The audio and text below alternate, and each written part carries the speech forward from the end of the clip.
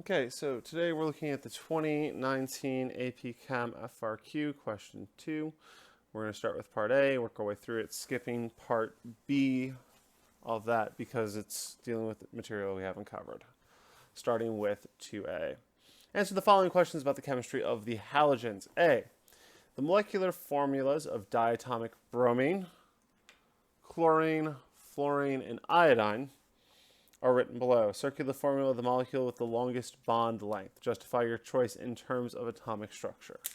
The moment you hear the term atomic structure, you're talking about periodic trends. If you're talking about molecular structure, that'd be Lewis structures, but in this case, you're referring to periodic trends, which means we need to go look at our periodic table. I have drawn a very awful and quick periodic table, focusing on the right side of it.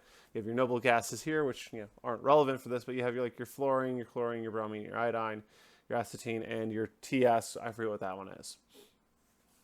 Okay, this is the top right section. If we look, we notice that fluorine is here, on top of chlorine, on top of bromine, on top of iodine, going down the line. So we know that one of these will have to be larger than the others.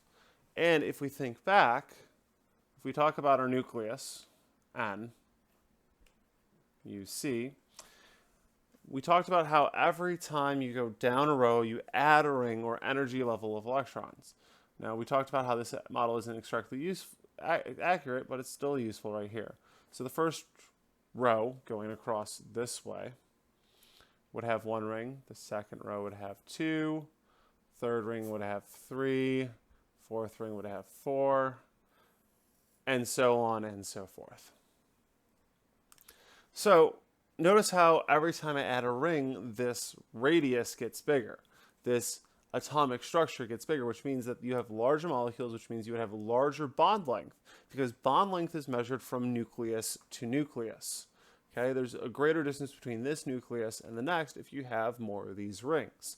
So which one of these would have the most rings? Well, go back to your periodic trends, it's the one that's farthest down. So fluorine is at the top, chlorine's below it, bromine, then iodine. Iodine's at the bottom. It's the one that's farthest away. It's got to be our answer. Okay? Remember your periodic trends. Fluorine is the most electronegative because it's farthest up into the right. Atomic structure, atomic radius is down and to the left. Polarizability, all that stuff. B, we skip because it deals with galvanic cells, which we haven't talked about yet. C, bromine and chlorine can react to form the compound bromine monochloride, or BrCl. Bromine, bromine, bromine chloride. Bromine monochloride. The boiling point of Br2 is 332 K. That sounds like a relevant number. I'm going to write it down. Bromine chloride is 278. Okay. Explain this difference in boiling points in terms of all the intermolecular forces between molecules of each substance. Okay. Since we're talking about IMS, we got to list all of our IMS. We got to go back to that. There are 4 possible options. We could have an ion-ion. We could have ion-dipole. We could have dipole-dipole, which, strictly speaking, could also include hydrogen bonding, a specific type of dipole-dipole. And then we can have dispersion.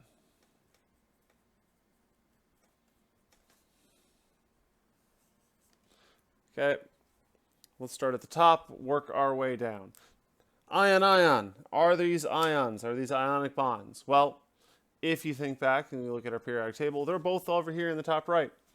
There is no going across the little jagged line here for anything. So, ions are out. Anything with ions in it, straight out, not acceptable. So, no ions, no ion-ion, no ion-dipole. Dipole-dipole.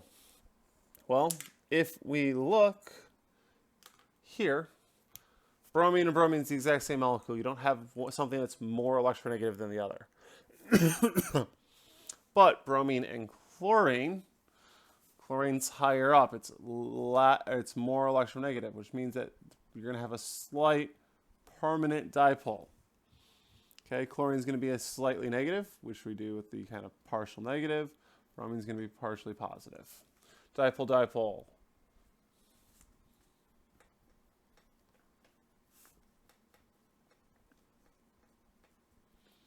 However, I don't see hydrogen anywhere. So without hydrogen, I can't have hydrogen bonding.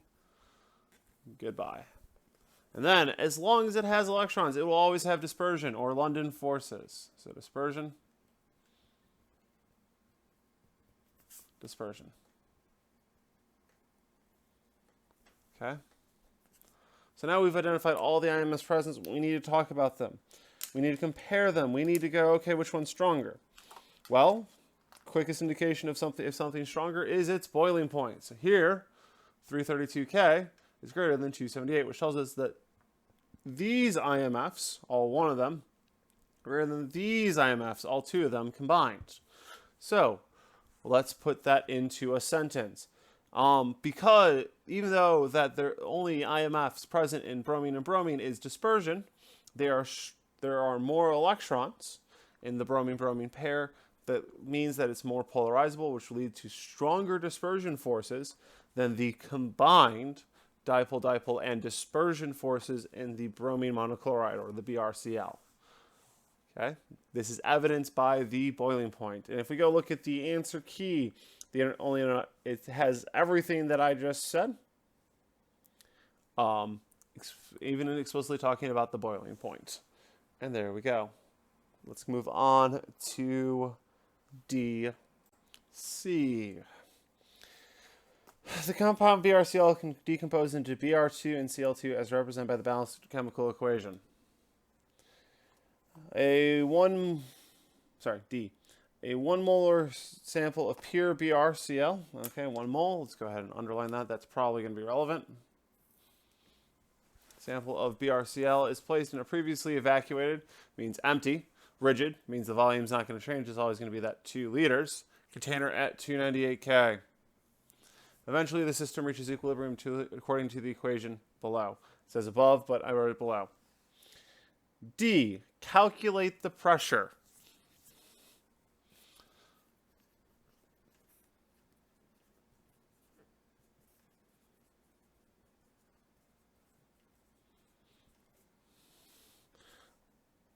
In the container before equilibrium is established. AKA, find the pressure initially. Okay, I want to find pressure. I have a volume, a temperature, and a number of moles. I'm talking about gas. I should probably label both of those, or this is a gas too. I'm talking about a gas. That means I want to go to PV equals nRT, or the pervert equation. PV equals nRT. Okay, really quick. The first thing I want to go is, okay, which one do I want to use? Which R am I using? If I look at the next problem, it says, write the expression for an equilibrium. Equilibrium, almost universally, was in atmospheres. So what I want to do instead of picking one at random, I want to use the R that ties into atmospheres. So let's go ahead and plug in some numbers. I'm looking for the pressure. My volume is at 2.0 liters.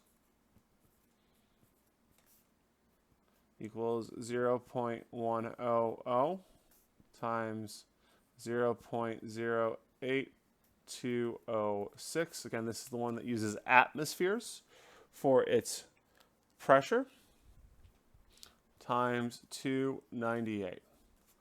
Okay, you can use any one of the R's. It'll work out, but you will have to pick one that is consistent with the They'll take any of them right. As long as you're consistent with your work, you'll be good. I personally choose atmospheres because I know I'm going to equilibrium by looking at the next problem, but it doesn't matter, whatever works best for you. Okay, once you rearrange and solve, you'll get P equals 1.22.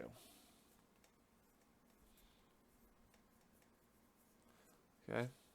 If you did it in a different unit, you'll get something that converts to 1.22. Remember to check your sig figs. 1, 2, 3, 1, 2, 3, 1, 2, 3. 3 is the lowest number, so I go to 3 sig figs across the board. All right. E. Write the expression for the equilibrium constant for the decomposition of BRCl. Write an equilibrium expression for this reaction right here. There are 2 possible answers. We could talk about K in terms of concentration, which would be Br2 Cl2 over BrCl squared. Remember, the squared is because there's a 2 there. Or we could talk about it in terms of pressure.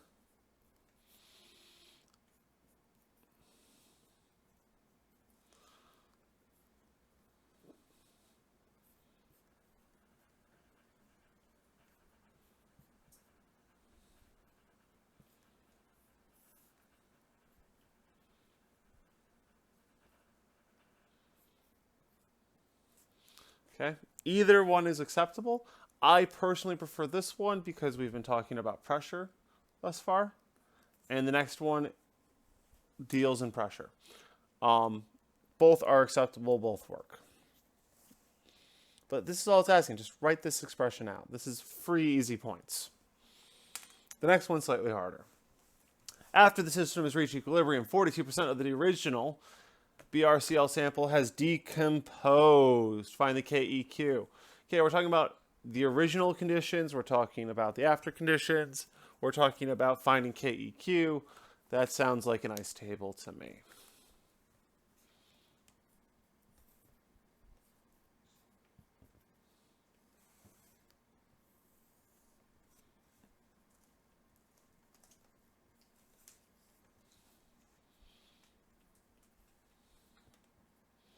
Okay, originally we had the 1.22 BRCl we started with. We have 0 BR and 0 CL. Going through the reaction, for every 2 of these I lose, I gain 1 of these and 1 of these. So for every 2 of these I lose, I gain 1 of these and 1 of these. So this is 1.22 minus 2x. This is plus x plus x. Awesome. Here's the problem. We don't know how the hell or where the hell we're going. But it does tell us right here at the top, 42% of the original sample has decomposed, which means 42% is gone.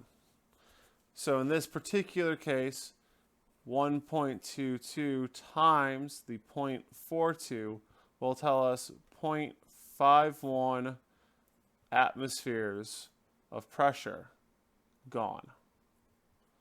Or in other words, 0.71 atmospheres remain. So this 1.22 minus 2x equals 0.71, which means that my x is roughly, with rounding and all that, solve this out, gives me 0.26, 0.26. Why 0.26? Well, because I had 42%, that means I rounded to 2 sig figs. And even though this would come out to 0.255 after solving this expression here for x, that rounds up to 2.26. If you want, you can save that rounding to the end. Take all of these numbers, go ahead and plug them into the expression you got over here in the first place. You get K EQ, not EG, EQ, equals 0.26, 0.26 over 0.71 squared. Or, if you come over here, you can say that's equal to 0.13. And there you go. E, and F. 2G. Calculate the bond energy of the BrCl bond in kilojoules per mole using the delta H for the reaction, 1.6 kilojoules per mole reaction, and the following table. Table is here. Okay, this one's a little tricky because it's asking for bonds, and it doesn't give you the equation. The closest equation we have is this delta H from the formations. Delta H equals delta H of the products minus delta H of the reactants based on that formation values. But these are related ideas. The amount of bonds broken and the amount of bonds formed should add up to the total. If we break bonds and form bonds, it should give us the same value. The delta H, more accurately, would be to say delta H equals delta H bonds broken minus delta H bonds formed. Okay? This equation right here is useless. This is one of those things that you need to remember and know that isn't given to you. So, how does this work? What is going on here? If we remember back to delta H and talk about that, the energy freed up by breaking these bonds, and then the energy it takes to form these bonds, the difference between the two of these will give you your delta H for the reaction. We did this a few times. You all hated it, but here we are again. So let's go ahead and plug in some numbers. Or more accurately, let's fill in some ideas. So the delta H for the reaction we have, it's the 1.6. They list it twice. So let's just put that down. Equals, well, how many BrCl bonds broken? What are my reactants? What are the bonds breaking there? Well, we have two BrCl bonds. So 2 BrCl minus any bonds formed. Well, we form 1 Br bond and 1 Cl bond. So the combination of those all should add up. Let's keep this going, okay? 1.6 times 2 times the BrCl bond minus, well, the Br bond is 193.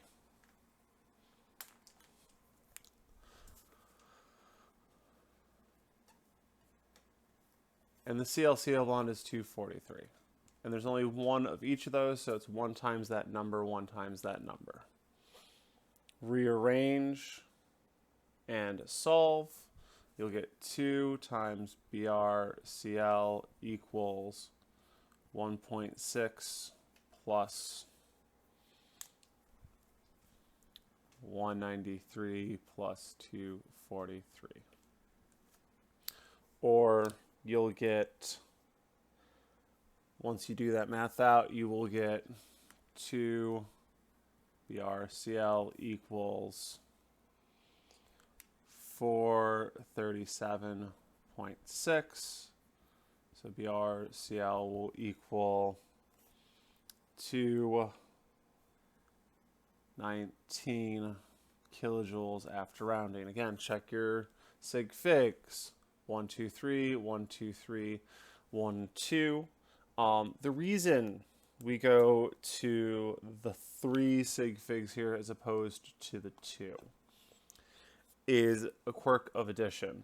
When you add your sig figs, you go to the lowest number of decimals, and then when you divide, it would go out. So in this case, because this is added, not multiplied, we'd still be at the 3 sig figs.